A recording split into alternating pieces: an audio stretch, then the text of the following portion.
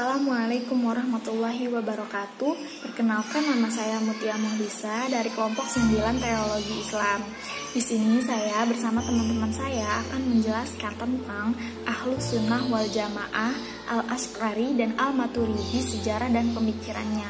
Saya tidak sendiri, saya bersama teman-teman saya yaitu Zianing Farihani Sakila, Fuza Irma Laura, Muhammad Fauzan Al-Ghifari. Di sini saya akan menjelaskan tentang pengertian Ahlus Sunnah wal Jamaah. Ahlus Sunnah wal Jamaah adalah golongan mereka para pendahulu umat yang terdiri dari sahabat dan tabi'in yang bersatu dalam kebenaran yang jelas dari kitab Allah dan sunnah Rasulnya. Istilah Ahlus Sunnah wal Jamaah sendiri sebenarnya baru dikenal setelah adanya sabda Nabi Muhammad SAW, yakni seperti hadis yang diriwayatkan oleh Ibnu Majah. Dari Anas bin Malik berkata, Rasulullah SAW bersabda, sesungguhnya Bani Israel akan berkelompok menjadi 71 golongan dan sesungguhnya akan berkelompok menjadi 72 golongan.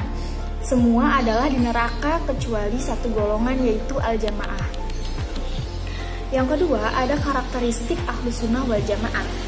Karakteristik Ahlus Sunnah wal Jamaah ini dibagi menjadi 3. Yang pertama adalah bidang tauhid. Nah, bidang tauhid adalah keseimbangan antara pengguna dalil akli dengan dalil nakli, yaitu dalil akli dipergunakan dan ditempatkan di bawah dalil nakli bersama memurnikan dari segala akidah dari luar Islam dan tidak tergesa-gesa menjatuhkan vonis musyrik dan kafir kepada mereka yang belum memurnikan akidah.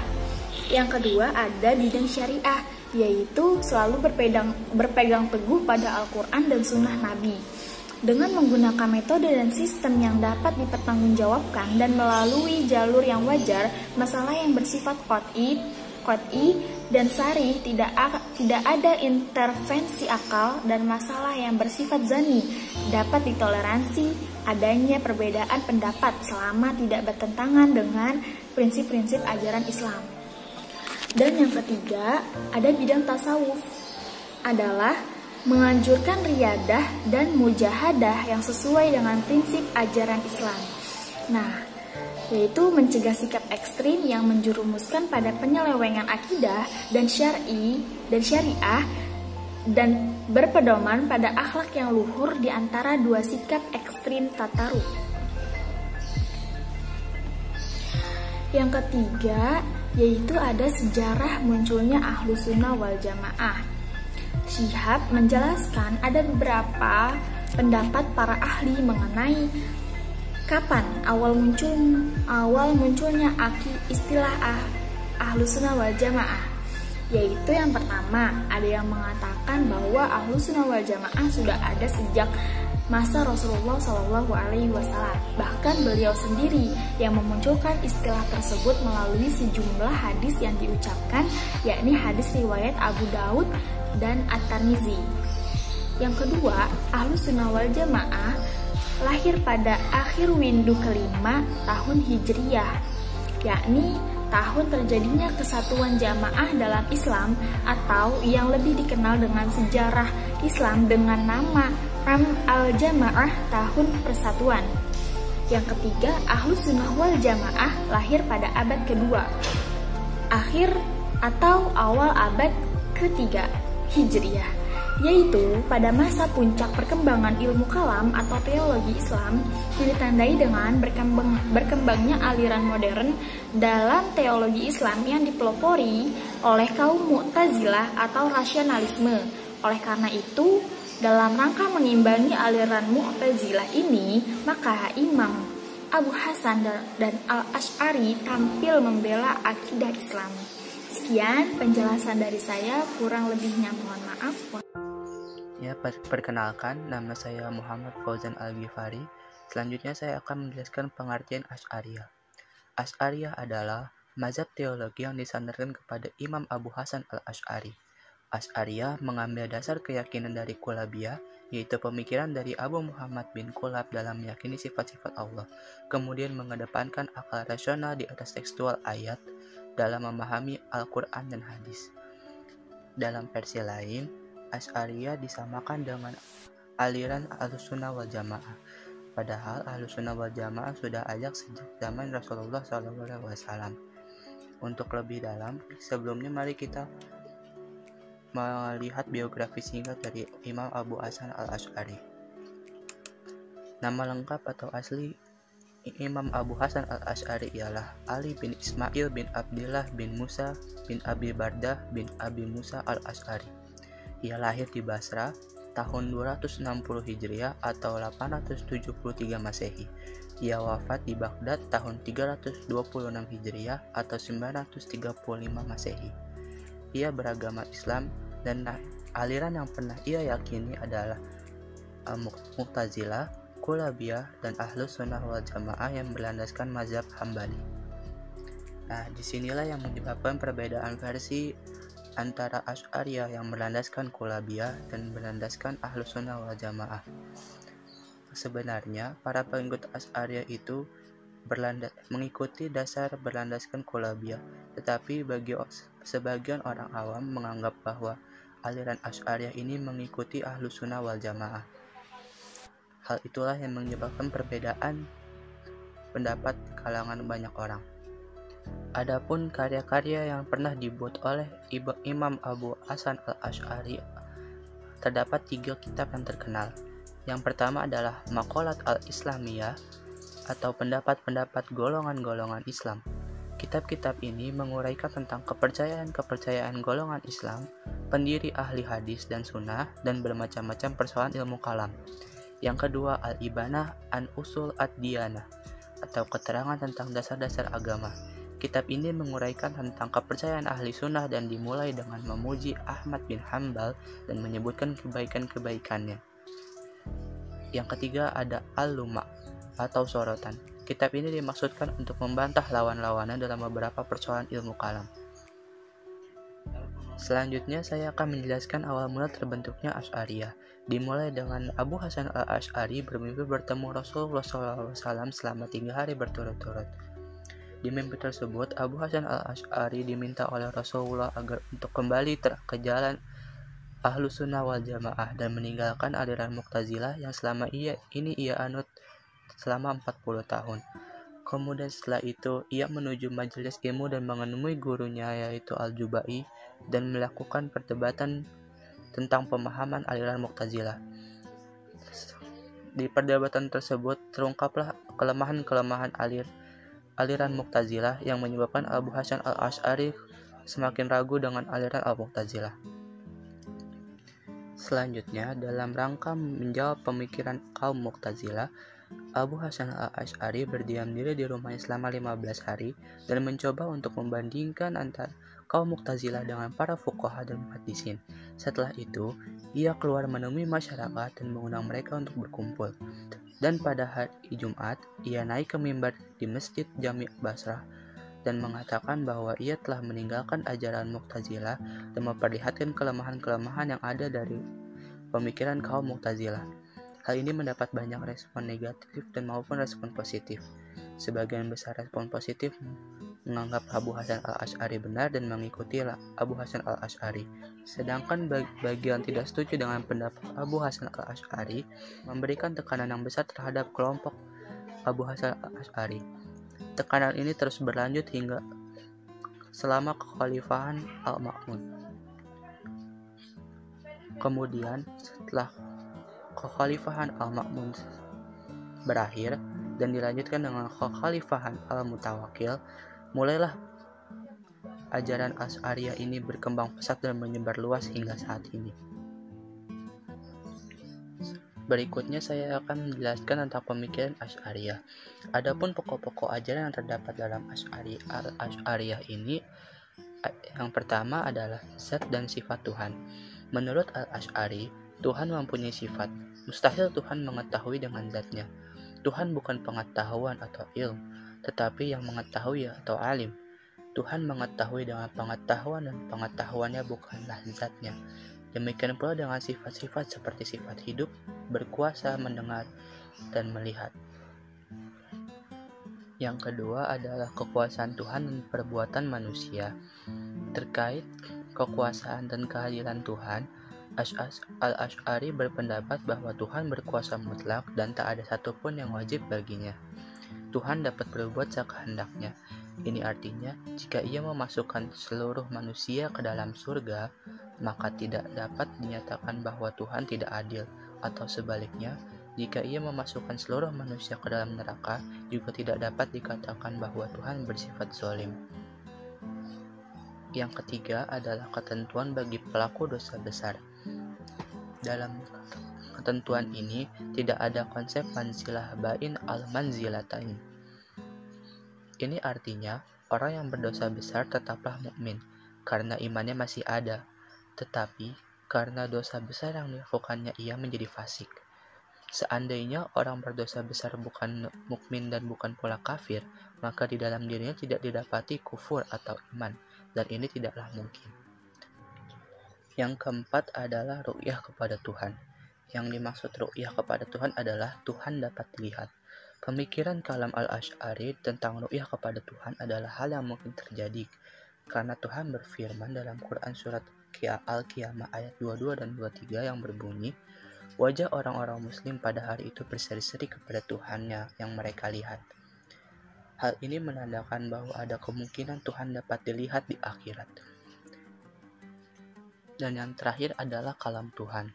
Pemikiran kalam Al-Asy'ari tentang kalam Tuhan ini dibedakan menjadi dua, yakni adanya kalam nafsih dan kalam lafzi.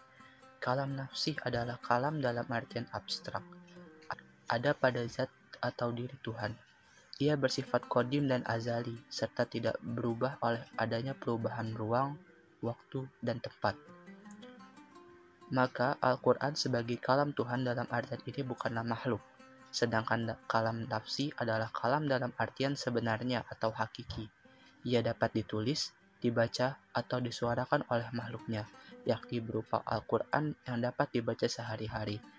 Al-Quran sebagai firman Allah tidak berubah, tidak diciptakan, tidak baru dan tidak dibuat-buat, yang artinya Al-Quran adalah kalam Allah yang bukan makhluk. Mungkin itu saja yang dapat saya sampaikan. Terima kasih. Nama saya Zianing Parihani Sakila. Saya akan menjelaskan mengenai biografi singkat dan juga sejarah singkat tentang Al-Maturidi. Nama lengkapnya adalah Abu Mansur Muhammad bin Mahmud Al-Maturidi As-Samarqandi. Beliau lahir di Maturid, Samarkand, yang merupakan salah satu kota besar di Asia Tengah. Tahun kelahiran Al-Maturidi tidak diketahui secara pasti, namun diperkirakan beliau lahir pada tahun 238 Hijriah atau 852 Masehi berdasarkan keterangan bahwa beliau pernah berguru kepada Muhammad ibnu Muqatil ar-Razi yang wafat pada tahun 248 Hijriah atau 862 Masehi. Al-Maturidi berguru kepada Abu Nasir ibnu Yahya al-Balki dalam ilmu fikih mazhab Hanafi dan juga ilmu kalam. Kitab-kitab yang dihasilkan oleh Al-Maturidi antara lain seperti kitab At-Tauhid, kitab Al-Maqalat, kitab Rad Awail al-Adillah lil Qalbi. Ia juga dikenal sebagai Imam Al-Mutakalimin dan pendiri mazhab Ahlus-Sunnah wal Jamaah bersama Al-Asy'ari. Sejarah pemikiran Al-Maturidi. Aliran ini pertama kali muncul pada pertengahan kedua abad ke-9 Masehi. Nama aliran ini diambil dari nama pendirinya yaitu Al-Maturidi. Aliran ini juga disebut serupa dengan Al-Asy'ariyah dikarenakan Al-Maturidi pernah belajar kepada Al-Asy'ari yang merupakan pendiri dari Al-Asy'ariyah itu sendiri. Al-Maturidi tinggal di Samarkand, di mana saat itu terjadi pertentangan teologi antara pendapat Al-Mu'tazilah dengan Al-Asy'ariyah. Sebab pendapat Mu'tazilah dianggap menyesatkan umat Islam. Al-Maturidi yang hidup pada masa itu melibatkan diri dalam pertentangan tersebut dengan mengajukan pemikirannya. Pemikiran-pemikiran Al-Maturidi dinilai bertujuan untuk membendung tidak hanya paham Mu'tazilah tetapi juga aliran Al-Asy'ariyah. Banyak kalangan yang menilai pemikirannya itu merupakan jalan tengah antara aliran Mu'tazilah dan Al-Asy'ariyah. Karena itu, aliran Maturidiyah sering disebut berada di antara teolog Mu'tazilah dan Asy'ariyah. Di daerah Samarkand juga tersebar suatu aliran yang bernama Syiah Qaramitah. Berdasarkan pengamatan dari hasil karya Al-Maturidi dan juga lingkungan tempat tinggalnya, dapat kita tarik dua faktor lahirnya pemikiran dari Al-Maturidi. Faktor tersebut yaitu: pertama, ketidakpuasan terhadap konsep teologi Al-Mu'tazilah yang terlalu memprioritaskan akal. Hal ini dapat dilihat dari beberapa judul tulisannya yang secara eksplisit menggambarkan penolakannya terhadap Mu'tazilah, seperti kitab Rad Awail Al-Adillah li Al-Ka'bi. Dan pada saat yang sama, Al-Maturidi juga tidak puas atas konsep teologi ulama salaf yang mengabaikan penggunaan akal. Yang kedua, kekhawatiran atas meluasnya ajaran Syiah, terutama aliran Syiah Qoromitah yang dengan keras menentang ulama salaf. Khusus di wilayah Asia Tengah, aliran ini banyak dipengaruhi oleh paham Mazdakism, sebuah aliran komunis yang dicetuskan oleh Mazdak bin Bambad, seorang reformis militan pada abad ke-5 Masehi pada masa kekuasaan Sasania. Ajaran aliran ini terkait dengan Monaskeism, sebuah ajaran yang merupakan percampuran antara ajaran Kristen dengan Zoroaster dan ajaran-ajaran Buddha. Terdorong oleh kedua faktor tersebut, Al-Maturidi kemudian bangkit mengembangkan metode sintesis al-naql dan al-aql dalam pemikiran kalam, jalan tengah antara aliran rasional al-Mu'tazilah dan aliran tradisional al-Hambali. Namun, tetap lebih besar prioritas al-aql paling tidak jika dibandingkan dengan ajaran al-Asy'ari. Misalnya, baik dan buruk dapat diketahui melalui akal meski tidak ada wahyu, karena baik dan buruk dinilai berdasarkan substansinya. Demikian menurut Al-Maturidi. Sedangkan menurut al-Asy'ari, baik dan buruknya dinilai menurut syara. Saya Pujan Laura. Di sini saya akan menjelaskan tentang pemikiran Al-Maturidi. Yang pertama ada akal dan wahyu. Al-Maturidi dalam pemikiran teologi mendasarkan pada Al-Quran dan akal sebagai Asy'ariyah. Namun, Al-Maturidi memberikan porsi lebih besar terhadap akal daripada porsi yang diberikan oleh Asy'ariyah. Menurut Al-Maturidi, mengetahui Tuhan dan kewajiban mengetahui Tuhan dapat diketahui melalui akal. Kemampuan akal dapat mengetahui kedua hal tersebut sesuai dengan ayat-ayat Al-Quran yang memerintahkan agar manusia menggunakan akal dalam memperoleh pengetahuan dan keimanannya terhadap Allah SWT melalui pengamatan dan pemikiran yang mendalam tentang makhluk ciptaannya. Kalau akal tidak memperoleh kemampuan dalam memperoleh pengetahuan tersebut, tentunya Allah tidak memerintahkan manusia untuk melakukannya. Dan orang yang tidak mau menggunakan akal untuk memperoleh iman dan pengetahuan yang mengenai Allah berarti meninggalkan kewajiban yang diperintahkan ayat-ayat tersebut. Yang kedua ada perbuatan manusia. Dalam hal ini, Al-Maturidi mempertemukan antara ikhtiar sebagai perbuatan manusia dengan kodrat Tuhan sebagai pencipta perbuatan manusia. Menurutnya, perbuatan manusia adalah ciptaan Tuhan karena segala sesuatu dalam wujud ini adalah ciptaannya. Dan mengenai perbuatan manusia, kebijaksanaan dan keadilan kehendak Tuhan mengharuskan manusia memiliki kemampuan berbuat ikhtiar. Yang ketiga, ada kekuasaan dan kehendak mutlak Tuhan.